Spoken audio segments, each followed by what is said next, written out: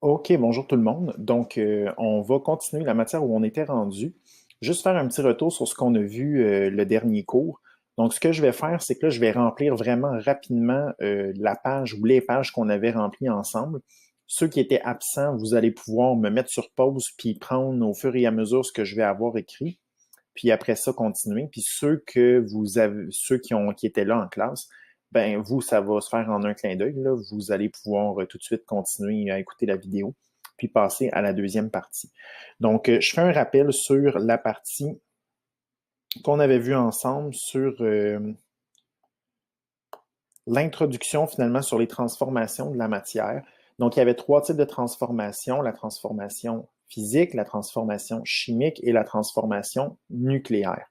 Donc, pour les transformations qui étaient physiques, on s'était dit que c'était des transformations qui ne changeaient pas les propriétés de la matière. Donc, c'est une transformation qui va conserver la même nature de la substance. Donc, les exemples qu'on s'était donnés, c'est les changements d'état. Changement, on pourrait le mettre au pluriel.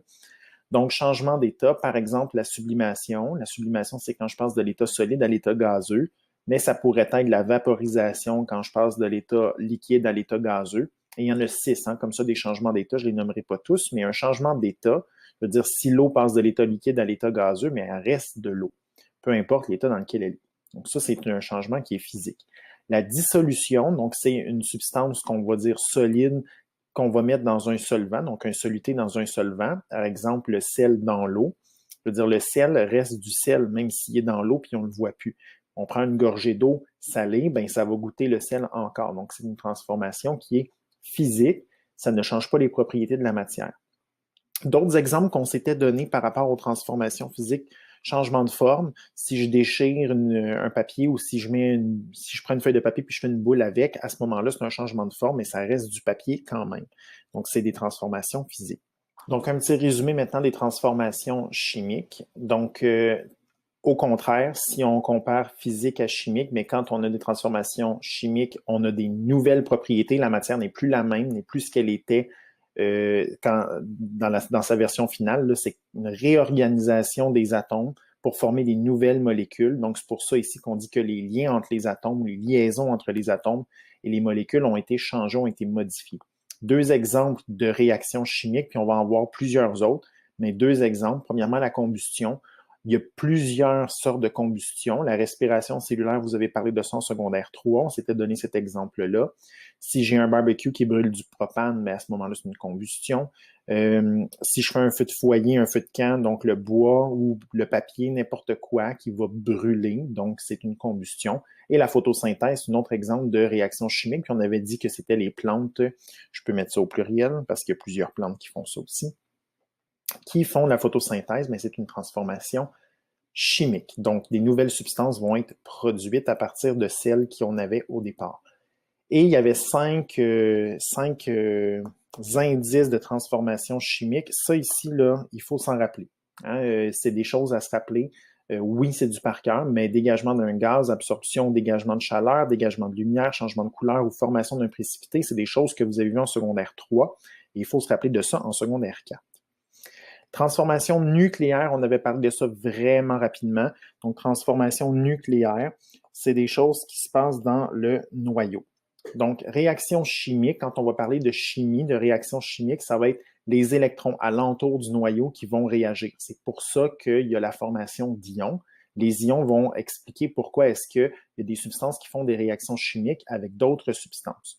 Ça, les électrons vont expliquer la chimie.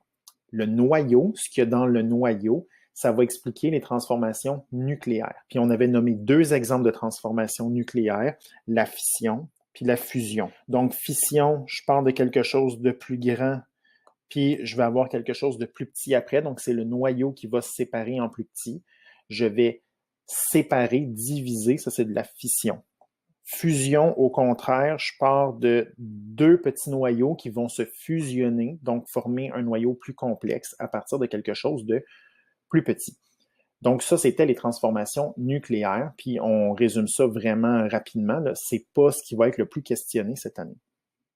Ensuite, on avait introduit les réactions chimiques. les équations. Donc là, on s'était dit que ce qui était à gauche de notre équation, c'était les réactifs. Dans ce cas-ci, c'était la réaction de déshydratation du sucre. Ceux qui étaient en classe, vous vous rappelez de la vidéo, là, c'était la crotte magique, là, l'espèce de truc qu'on formait du carbone pur à partir de l'acide sulfurique et du sucre de table. Donc, les réactifs, il y en a deux dans ce cas-là, et quand ils vont réagir, ben, il va y avoir à la fin la formation de produits. Puis on avait déduit que dans cet exemple-là, ben, il y avait 4 produits, parce qu'il y a 4 molécules différentes qui sont produites à partir des réactifs. En dessous de à côté de chaque molécule, il y avait une petite lettre. La petite lettre nous dit dans l'état dans lequel va se trouver la substance, soit avant de réagir ou après avoir réagi. Donc, notre réactif ou nos réactifs par rapport à nos produits, dans quel état il se trouve. Donc, S, on s'était dit que ça voulait dire solide, liquide, gazeux ou aqueux. Puis je vous rappelle que aqueux, ça veut dire dissous dans l'eau. À partir de maintenant, on va essayer de prendre l'habitude de toujours écrire dans quel état va se trouver notre molécule, notre substance, quand on va écrire une réaction chimique. Et on s'était arrêté avec ça. Donc, dernière chose ici, un petit rappel. Donc, le 2 correspond au coefficient. Donc, le coefficient nous dit combien il y a de molécules qui participent à la réaction. Donc, si je prends juste l'encadré que j'ai là, donc ma molécule, c'est du H2SO4 ou de l'acide sulfurique. Ce que ça veut dire, c'est que j'ai 2 fois la molécule d'acide sulfurique qui va réagir. Ensuite, on avait parlé des indices, donc le petit 2 et le petit 4. Donc, le 2 et le 4, eux autres vont correspondre aux indices. Et les indices, eux, nous donnent le nombre d'atomes de chaque élément qu'il y a dans la molécule. Donc, si je regarde pour l'hydrogène, il y a un petit 2 à côté, donc ça veut dire que j'ai 2 fois l'atome d'hydrogène dans une molécule de H2SO4. L'oxygène, j'ai 4 fois l'atome d'oxygène dans une molécule de H2SO4. Et ici, pour le S, comme on ne voit pas de chiffre, c'est sous-entendu que c'est 1. Donc ici, à ce moment-là, pour le soufre, ben, il n'y aurait seulement qu'un atome. Par contre, comme j'ai 2 fois la molécule, ben là, ici, il y a des mathématiques à faire. Si je veux savoir le nombre total d'oxygène, donc ce que je vais faire, c'est 2 fois 2. Fait que là, on s'était dit ici qu'on avait 4 atomes d'hydrogène, plutôt, je pense que j'ai dit oxygène, mais 4 atomes d'hydrogène, 2 atomes de soufre et 8 atomes d'oxygène.